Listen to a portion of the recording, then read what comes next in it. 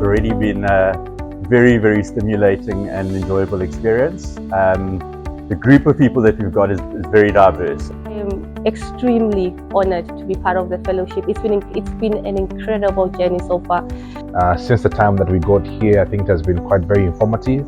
A lot of lessons are learned in terms of just what we can then be able to do with respects to biodiversity, with respects to nature, and how interestingly for us we can then be able to support the market with respects to financial instruments that can then be intertwined with these particular opportunities that we're seeing within nature as well as biodiversity. I think maybe one particular area that stood out for me as very important, and to some extent, I understood this coming into the fellowship, but the really importance around community engagement and how central that is to unlocking what we need to do from an environmental perspective.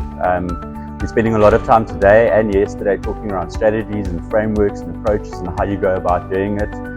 And there's obviously different dynamics in each country in Africa, and within those countries, very different dynamics in different areas.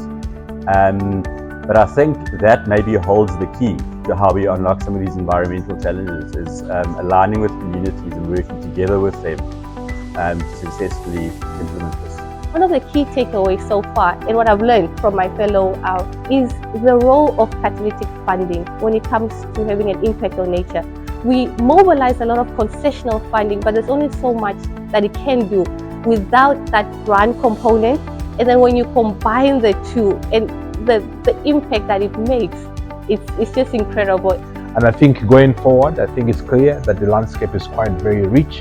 Zambia in particular, we're seeing quite a lot of very wonderful opportunities around how we can then be able to use financing to be able to drive our diversity, and most importantly, how do we drive the sustainability agenda.